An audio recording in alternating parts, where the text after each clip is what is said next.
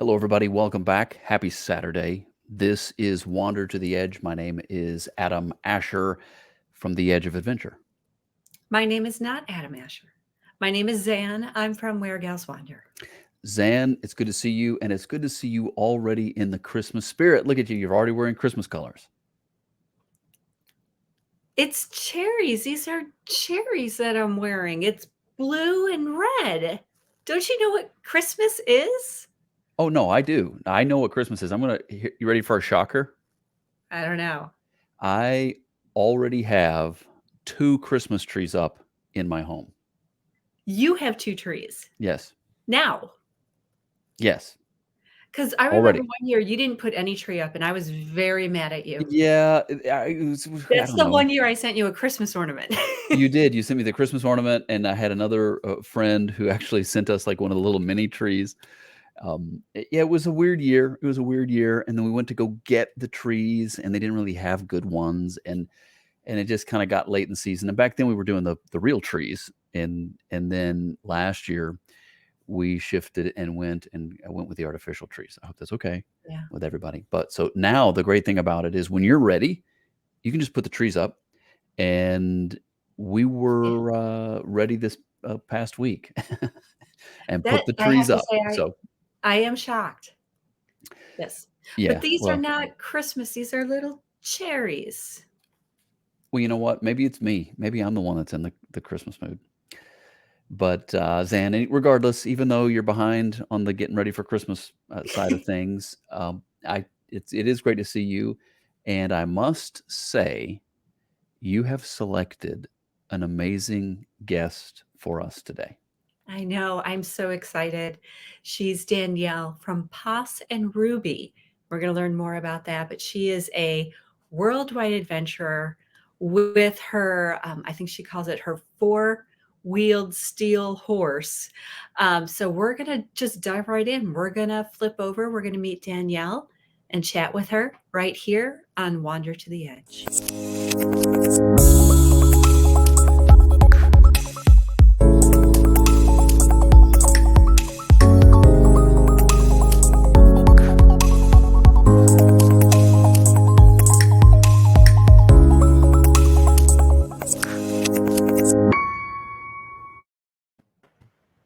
Hello. Hello. How are you? I'm good. It's so good to finally see you live here in person. And we're so excited, Adam and I. We both are to have you here on Wander to the Edge. I'm so happy to be here. It is great to see you. Great to meet you. I know you've got a very fun and interesting, and I might even say quirky story. And we're looking forward to finding out more about that. But first, let's set the stage. You're joining us today from where?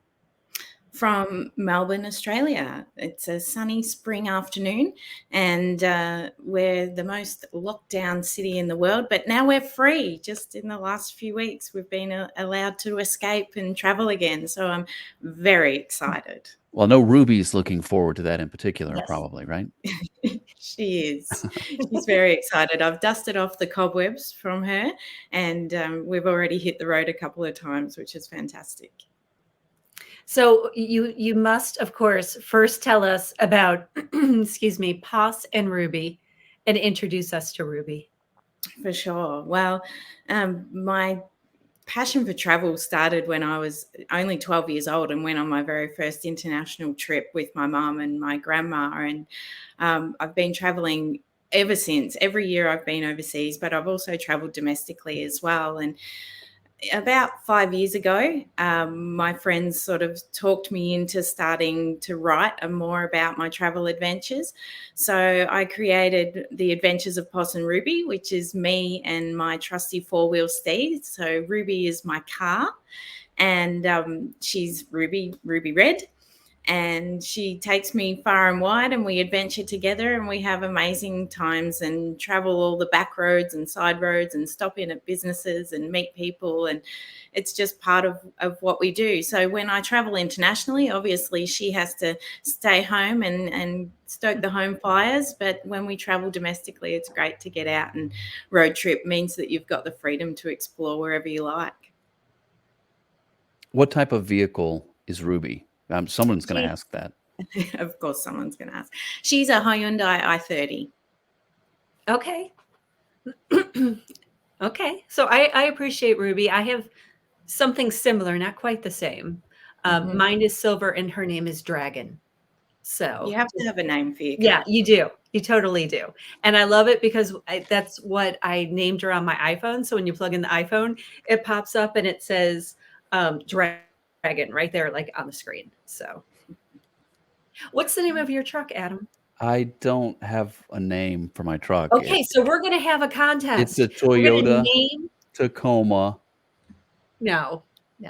We're going to name Adam's Tacoma. So in the comments below, suggest names for Adam's big white Tacoma truck. Something very manly like Snowflake. Yes. Yeah, well, let's see how this goes. Let's see how this goes. I can't imagine having a name, but I think for Danielle, I think it works. I think it works for you. Now, okay, so that's Ruby. Pos. Yes. Where does this come from? Because that's you, right? That's me. That's me. That's right. So when I was a little baby, I was a really snuggly baby and I never woke up. My mum had to poke me to wake me up and feed me. And so I got the nickname Poss or Possum, and it stuck. And my grandpa used to say, as I got to be sort of a teenager, if you wanted to call her that, why didn't you christen her that? And my mum would always laugh. But my family don't know me anything other than Poss. So even when all my nephews and nieces were born, Danielle's a bit tricky to pronounce. So Poss has stuck. So that's me. And Poss and Ruby worked really well together when I was developing the business name, and it just works. See, I think you guys can get away with things like this. This is so Aussie and also awesome. It's And very Aussie to have a nickname. Like Adam, you would probably be called Ads, and Zane, you would probably be called Z. I've been called worse. ads. Come Okay, I on. kind of like it. We would So come with up a with Z, or Ads. how would you spell ads? ADS or ADZ. Okay, I'll take a Z. Yeah. This is Wander to the Edge, everybody. And if you're listening on the audio version, we have a great guest today. Her name is Danielle Phyland. Danielle Phyland, aka Poss, named after possums, right? Because she was hard to wake up when she was a baby. She was very snuggly. And her car, Ruby, who is also with us in pictures and whatnot as we look at the different pictures here on Wander to the Edge. 56 countries. Is that accurate still? Yeah, it's still accurate, and I'm looking forward to, now that our borders are open again, I'm really looking forward to getting out again. And I'm not a tick off the list person. I mean, those numbers have just grown over the years that I travel, but I'm super excited to always go to new places, and I've got lots on the list to explore. So looking forward to getting out and about soon. So what's next on the list? Do you have sort of an idea of what the first outside Australia adventure will be? I do. I had a trip cancelled to Laos last year, so I'm hoping to rebook that, and also to get to more of Southeast Asia, because my cheeky little 10-day mini break, I think, will become a bit of a 3-month maybe stint in Southeast Asia. Oh, sounds wonderful. We've got the picture up here of you with the camera, but I've also noticed quite a few pictures, and in terms of going to your website, which we'll put the website up on the screen again here in a minute. But you're a photographer, really, right? Oh, look, I'd use that term a little bit loosely. I love to take photos, and I am not technical or precise or anything, but I just love to capture the incredible things that we have all over the world, from architecture to nature to everything to people. I don't take a huge amount of pictures of people because obviously it's a privacy thing and it's invading people's privacy at times to take individual pictures. But yeah, I love to take pictures and capture my adventures and tell the story of what I've done and what I've seen. There's always two words that come to mind when I look at your Instagram account. One, it just strikes me like you seem to be such a fun traveler. You know, you always just seem to evoke this joy. And then the second one is there's just a little bit of badass in you as well, too. You know? Yeah, Is that's that probably a pretty good true? descriptor. Look, I always say to people, if you want to travel with me, you have to be up for some fun, and you also have to be up to try anything at least once. So, yeah, there's a good balance there, I think. Yeah. This So idea of trying anything once, which I think is a theme in your content and on your website and whatnot, that you'll try anything once. Have there, as you have traveled and as you've had the opportunity to go places and do things, what are some of the things you would not do a second time? Oh, good question. I did an underwater cave swim in Samoa, and I was trying to be brave because it was the first leg of my round the world backpacking adventure. And I thought, oh, I really need to be brave and say yes to doing all these things. So you had to hold your breath, go underwater, and swim underneath a cave, and then pop out in another cave. And so the first attempt I had at it, as I went underwater, I completely forgot to hold my breath. So I popped up again and the guy said, "What are you doing?" And I said, "I didn't hold my breath." So I went and did that again and I managed to get under the cave. But yeah, once was enough for that one. So I certainly probably wouldn't be doing that one again. Eating crickets is probably another thing that I probably wouldn't try again. That was in Cambodia, but had to try it. But I kind of ended up with all legs and wings in my teeth. So crickets can probably be off the list. how are the crickets prepared? Because I always hear, oh, it depends on how you prepare them. Yeah, they were deep fried. Okay. So they were very crispy. Yeah. Have you ever tried them? I haven't. I've come close and then chickened out. And I was told, well, if they're fried, everything is crunchy. You won't even be able to tell like what the cricket parts are or anything else. But it's to that point you just mentioned, like, I don't want to have the sensation of legs between my teeth. Like I will just pass on that. So Yeah, but Well, you have to try it once. Danielle, I think this also ties in very well with just the general nature of the type of travel that you like. You like to go to the out of the way places, right? The Yes, unusual locations. I do. Of course, we all want to go to the Eiffel Tower and to those bucket list type places, but I also do enjoy going to the out of the way places and experiencing the places that have unique things to offer and really local experiences as well. Things where you can get to meet local people or get to eat in local restaurants and enjoy things like I love to go to restaurants where there's not a Western dish on the menu. I don't want to see pizza or spaghetti bolognese or a burger or anything like that. When I go, say, for example, in Southeast Asia, I want to see all those local dishes and try them all and experience exactly what the local people may eat.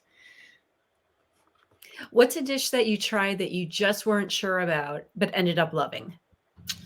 Oh, there's probably quite a few of those. I do remember when I was in the US, actually in Arizona, I went to a mountain oyster fry, and that was interesting. And Right. I probably wouldn't have recommended those, but afterwards I realized that it was just like chicken nuggets. So Oh, has that was interesting. yeah, isn't that a saying that it tastes just like chicken nuggets? Hmm. Yeah. Yeah. Yeah. So, Oh, crocodile burger, that was something else that I've tried, and I was That sort of I've like, had. "Ooh, That I've what do had. you think? Yes. So Did you like it?" It's okay. Like, not something that I would probably order again, but yeah. Mhm. Yeah. I think it's Yeah. interesting that our guest from Australia would bring up crocodiles. Just pointing that out. Also, solo female travel, meaning you're traveling alone. Mhm. Tips for that. I think the top tip is to be sensible, but don't restrict yourself. So you just need to be smart about what you're doing. For example, I don't put myself in a position where I'm out late at night on my own in a strange place where I don't feel like I can get back to my accommodation safely. I control, I guess, the situations that I put myself in, and make sure that, I know where I'm going, or I know that there's other people that are going to be around, or all of those type of things. I'm not walking around in the middle of the night on my own taking photos in, dark, dingy alleyways and that type of thing. So I think it's about being smart about the way that you would travel, not dissimilar to really what you would do at home. I mean, we all know that there's unsafe places and safe places within all the cities or towns that we all live in. So it's just about, I think, just being sensible, but also you do have to be a little bit brave and a little bit willing to trust people as well, so that you can have some of those experiences, because otherwise you'd be holed up in your hostel room or your hotel room without having those experiences. So you get a bit of a sixth sense as a solo traveler, that you can start to understand, who you trust and who you don't, and what situations are good and what situations maybe you just tap out a little bit early without making a scene, but all of a sudden you might have an early start the next day, so it's time to leave. Yeah. But there's nothing like solo travel. Like solo travel, you meet so many people, because you can understand, as a group or a couple, you've got someone else to talk to. So people don't go out of their way or don't see a need to have to communicate or want to talk to you. Whereas it's a little bit interesting to be an individual person, and people are a bit curious of, where are you off to? Why are you traveling alone? And so there's lots of conversation starters there, as well as I'm curious about what other people are doing and where they've been. So I'm looking to learn to them. And sometimes you'll find that you've been on your own for a while and you haven't even spoken. So you've got to put yourself in that sort of uncomfortable position of initiating the conversation. But I've met some of my best friends in the world traveling. That's amazing. I want to go back to one thing that you said, and you mentioned, if you weren't prepared to be a little bit outside your comfort zone, you would spend the whole time locked away in your room, which Hmm. you've done for the last few weeks. And as you mentioned in the beginning, it's finally the end of lockdown. How did you Yeah. keep yourself sane during that time in Australia? Oh, there was a lot of travel dreaming. There was a lot of travel dreaming. Well, firstly, I spent, this was late last year, I spent a lot of the time building my new website. So that kept me really busy. I've spent a lot of time cataloging and editing travel photos, lots of travel reading, lots of movies to keep the travel and the wanderlust alive, lots of talking about travel. So I've been on lots of podcasts. But I've also taken the time, I think, to be at home, because I'm usually away all the time. So I've taken some time to enjoy being at home and to slow down a little bit and to do some yoga and to explore my local neighborhood, because we were limited to being allowed out for an hour a day for exercise. So I've walked just about every square, I think, of my neighborhood within the 5 kilometer radius that we were allowed to have. So it was the restrictions. I think we got up to 275 days locked down, and we've been working from home. So that's also challenging, because I also live alone. So you don't have a reason to stop working. So you find yourself, your work Yeah. day gets quite extended. Danielle Phyland is our guest today here on Wander to the Edge. And of course, if you're watching the video version of Wander to the Edge, you're getting to see some photos. You mentioned the website a minute ago, that you worked on it a good bit during the time that you were in lockdown. I must say it is a beautiful website. I've looked at it and it's very well done. It's got great pictures, but it's also formatted very well. Looks very, very sharp. And um, you probably have tips in terms of travel blogging. You could share uh, what would come to mind Yeah, for a definitely. travel. There's lots of little tips that I think I've learned, and I'm self-taught. So I'm self-taught in the web authoring, and I'm self-taught in my writing. Like everyone, I went to university and I've studied, but all of those skills I've kind of cobbled together to be the travel writer that I am today. And I would encourage people, if they are blogging or travel writing, to start small. I think I get sort of caught up in a big tome or a big long article to read. So short and sharp is what I love. I love facts. I love checklists. So, top 10, top 8, top 5s. But I really love hearing other people's experiences so I can plan my trips and sort of see what they're doing. I try to mix it up too, to talk to a few different audiences. Well, I have my kind of niche, which is, I guess, obviously people that are similar to me in the similar demographic in the age bracket. But I like to think about, what if you were coming here with a family, or what if you were coming here with a pet, or those types of things. I try to weave that in as well into my writing so that it doesn't just pigeonhole it just to certain people. It opens it up a little bit. And I love to talk about those places that everyone might not have heard of or might not be willing to try, somewhere that may be a little bit off the beaten track, or is a small family run business, or is a really unique experience, but really gives people a sense of immersion in that culture or the country or the location. So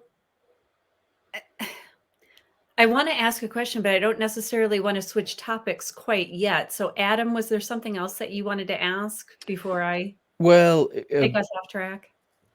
I do have some other questions, but regarding the website and the her approach, clearly we highly recommend that you check out her website. Let me pull it up on the screen here. It's possandruby.com.au. possandruby.com.au. And for those of you thinking, okay, that's great. How do I spell POS? It's POSS, of course, just like it would be in possum if you didn't finish the word. possandruby.com.au. Great travel website. And she's even got a section here on foodie adventures. And I'm sure she has a lot to share, but also a lot to teach us because it is such a beautiful website. Uh, Yeah, well done. but but I do have other questions. But Zan, feel free if you're going to ask a question, change the subject. Go ahead. Yeah. All right. I have two important questions. Are you ready, Danielle? Okay, I'm ready. The first question is, do you have cherries in Australia? Yes, we do have cherries. We have lots of cherries, and they're usually around Christmas time, which is very different to the US. But Thank you. Pause. around Christmas time. Thank you. Because I was going to say, do you associate cherries with Christmas? Mhm. Boom. Roasted. Next question. You're 0 for 1. Go ahead. Right. Second, Yeah. very important question. Mhm. Do you ever become afraid of monkeys? Yes, I think that's a definite yes. After the monkey incident in Myanmar, and I'm not sure. Do you want me to go into the Yes, details please. of what happened? Yeah. So it was 2017, and I had wanted to go to Myanmar, or Myanmar people. It's potato scenario there. I'd wanted to go there. I saw this amazing photo on a friend's Instagram page, and sometimes that just gets in my head and I just have to go and experience it. So I booked my trip, and I was going for 2 weeks exploring on my own. And I got to my very last day. I'd had incredible experiences. I'd climbed temples. I'd rode a scooter for the first time. I had eaten amazing food. I'd done lots of foodie adventures, walking tours, sunrises, sunsets over temple fields, just amazing experiences. my very last day, I got up and I saw the sunrise over the pagoda in Yangon in the city, in the capital. And I was just about to head out and do my shopping for all my friends and family to buy gifts. And for some reason, it was a 40-degree day, 40 degrees Celsius. I better clarify that. It was really warm. There was no one really around. It was a Sunday. And there was a bit of a rustling sort of noise. And for some reason, I turned around, and rushing straight at me was a monkey with his teeth bared. And in about 2 seconds flat, he was then attached to my leg. And I was going through my mind going, what is going on? But tore my leg open. I sort of managed to kick him off with my other leg, but he bit the other leg. So puncture wound in my right foot. Standing there on the street in a pool of blood, sort of shocked. And these three guys popped up from somewhere, and I just said the two words. I mean, there's not a lot of English spoken there. I just said taxi, hospital. So luckily they threw me in a taxi. And Southeast Asian traffic has a reputation for not being the fastest moving. So I was in the back of this taxi, breathing very heavily and bleeding all over the poor man's taxi, with my hands clamped to my legs to stop the bleeding. And after a while, we arrived at the first hospital.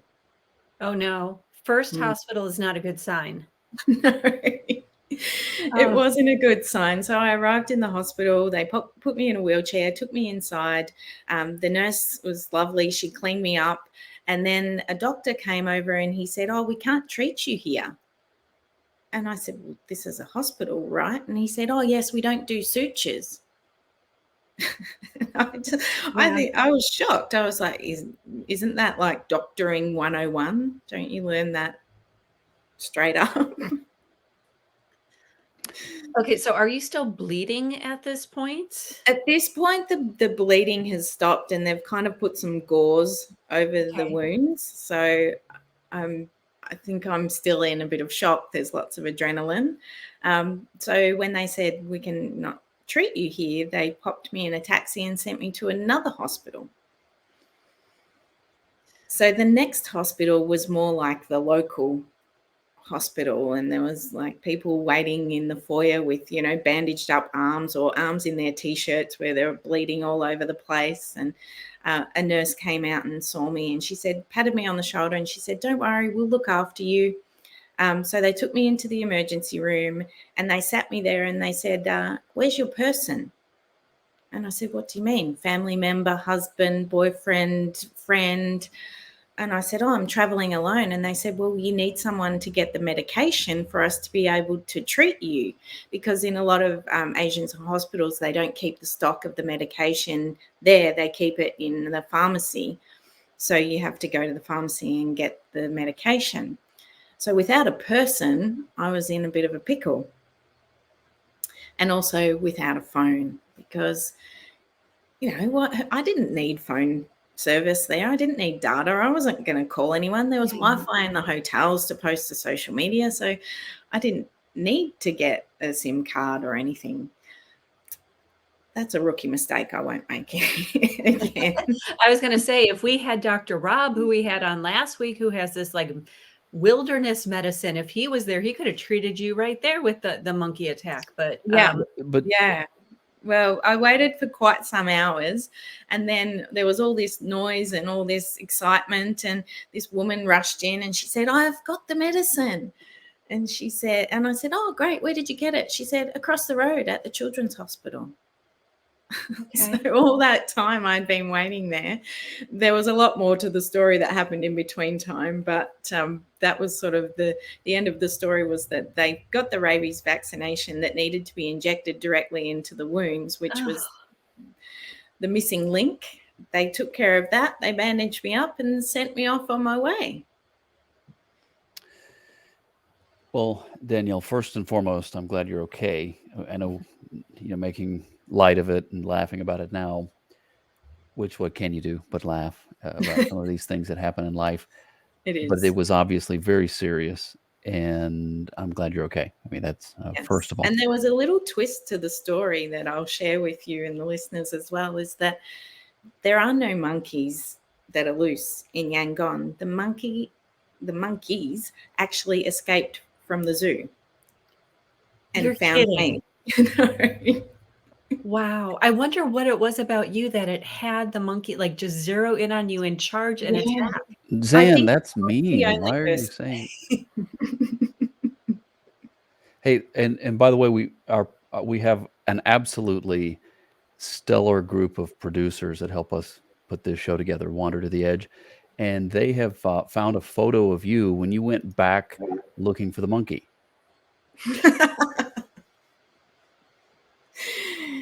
Not quite. That was in Mongolia, but Oh, this is Mongolia. Okay. Well, they're fired. We'll have to yeah. find new producers. What Because were I you thought the shooting only at? producer we had was you, Adam. What were you shooting at here? We were shooting at a target, and we were learning how to use the bow and arrow, and we were just shooting at a leather target. But it was super fun. It was really exciting. That was sometimes when there's places that, and this was on the Trans-Siberian Railroad trip that I took. My mum and I travel often together as well, and we had talked about this trip, and I said to her, right, we need to put a line in the sand, otherwise we're going to continue talking about it forever.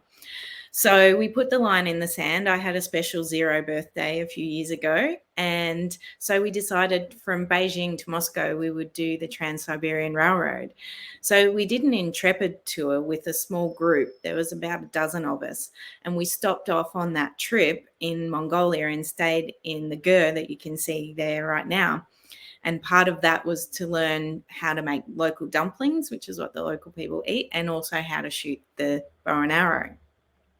So, yeah, it was a fantastic trip. I would actually love to do it in the reverse and stop in different towns along the way.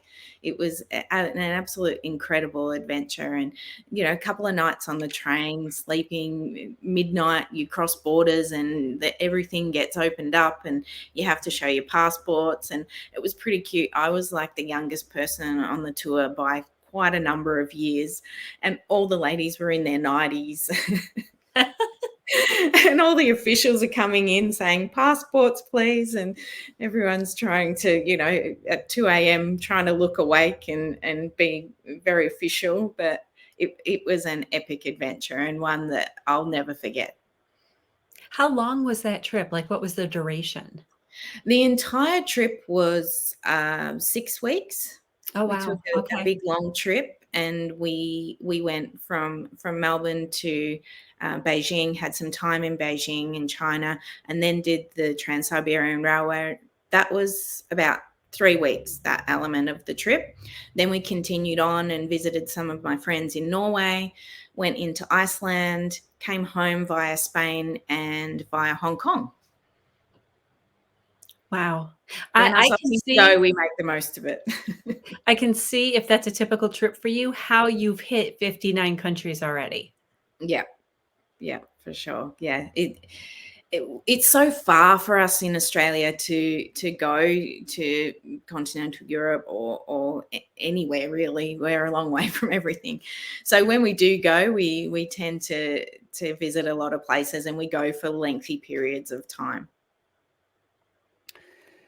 Danielle, as you look ahead at the future and you get back on the road with Ruby so that the adventures of Poss and Ruby continue, what will the people following your travel blog, what what do you have in store for them as you look ahead for that? I know again we've already talked about how you like the unusual, off the Mhm. beaten path, quirky type locations. There's a thing about, I think, the authenticity to all of it that appeals to you. But just tell Yeah. us what's next. As of course, I mean, I know there's a lot of things that are outside of our control these days. But as Poss and Ruby get back on the road, what awaits us? We've got lots of adventures planned. We've got lots of local stuff to do. So in Melbourne, it's very easy. Just to 1 or 2 hours, you can head out and you can be in bushland, you can be in the beach, you can be in the mountains. So we've got lots of those sort of weekend small trips planned. We're also planning to go to Kangaroo Island, which is just off South Australia. My sister's recently bought a property there, so I'm keen to go and have a look. And I've never been to Kangaroo Island, but it's supposed to be one of the most beautiful places. There's often seals on the beach and lots of wildlife, and it's quite untouched. So I'm looking forward to getting there. There's always lots of winery visits and a lot of my tours and lots of foodie adventures coming up. We're planning to go to Eastern Victoria, where there's lots of historic places to visit. So we're looking at heading out there. Lots of beautiful scenery as well. And then I've got a couple of trips planned interstate. So I've got a friend's wedding that's been cancelled 3 or 4 times on the sunny Gold Coast in Queensland. So I'll be heading up there in January. And I've got lots of family in Sydney that I'll be going up to see. So there'll probably be some of those opera house shots, and we might even climb the Harbour Bridge. Oh, fun. Super fun. Yeah. And internationally, the world's my oyster. I'm just chomping at the bit to be able to just book everywhere. And I do often in February, I usually go to New Zealand and I go to a music festival over there every February. And the last year it was cancelled, and this year it's already sold out. But I hope to go over to New Zealand. I've got quite a good friend over there that works in the tourism industry, and we're planning a kayaking and hiking adventure on the South Island of New Zealand. So that's on the cards as well. Well, if you ever come back to the States and you're near Los Angeles, make sure you let me know. Definitely. I am all for meeting the locals and letting you show me around. Yes. Now, Kangaroo Island, does that actually have kangaroos? I think they have wallabies, Okay. which is a small version of a kangaroo. Okay. Because who do we have on the show that got attacked by a kangaroo? Oh, that wouldn't have been fun. Was That it Susan from This Wild World? yes. Yeah. So I'm just saying you don't seem to have a lot of luck with the wildlife. No, I don't. I don't, but I'll be very careful. I grew up in the country, so I'm pretty used to kangaroos and emus and little lizards and things like that. So hopefully that will stand me in good stead for meeting up with any animals. My husband lived in the outback of Australia for about 3 years, and he has all these photos of kangaroos in his front yard and just ostriches and emus and everything else, like right outside the window. So it's Amazing. hard for me to imagine that, but Have you I been to Bobcats in Australia? my backyard now. Have you visited? Have you been to I Australia? have not. That is definitely on my wish list for sure. But I need like a good couple of months, I think, if I want to go to Australia, to your point. You know, there's so much that I want to see, and I just wouldn't be happy going there and just seeing a little bit. So, yeah. Yeah. Plan an epic adventure. And likewise, you can come visit in Melbourne and I'll show you around. Yes, absolutely. Absolutely. Adam, you stay here. Well, Danielle, it's been great to get to know you and to hear a little bit about Poss and Ruby. We look forward to you guys getting back on the road and exploring for your own sake, but also for the sake of your readers and the people that follow you. And just as they get to know the different locations through your trips and your adventures, you share it. And as you say, like to take the pictures and capture the moment and share it. You do a great job with it. And anyone who hasn't already needs to check out the website, which is possandruby.com.au, possandruby.com.au, or on social media at Poss and Ruby. That's right. And I'm so excited to share all the upcoming adventures with everyone. And I'll probably be posting like a bit of a crazy person over the next few weeks as I get out and about. So I hope people will be able to understand and resonate with some of the adventures that we're having. And I look forward to being able to share those. Yeah, if you're going to post like a crazy person, then our network of friends, you're going to fit right in. You need to get on Twitter too, Danielle. I'm just saying. Yeah. I am on Twitter. I'm just probably not very prolific on Twitter. I'm much Okay. more about the images, but I've got to get better at that. We all have goals. Well, Yeah. the great thing about the world we live in, the social media world we live in, the best thing about it is there's always something else to have to do. Hmm. There's always more, and There is. it's a lot. It's a lot. You can take it from us here at Wander to the Edge. There's a lot to keep up with. Again, Danielle Phyland has been our guest. You are awesome, Danielle. Really proud to know you, and just I really think your approach to travel is refreshing. It's entertaining. It's fun, but you're also a very brave traveler, as we've Yeah. learned today. And I think there's a lot to be said to that. So great job. Thank you so much. Thank you for having me. I've had a wonderful time, and I look forward to catching up and following you all along the way. Oh, well, we had a blast. And so, everyone, Poss and Ruby, give her a follow on Instagram. And then make sure that you're right back here with us next week as we continue to just keep taking on more and more. And who knows what we'll be doing next week when you join us right here on Wander to the Edge.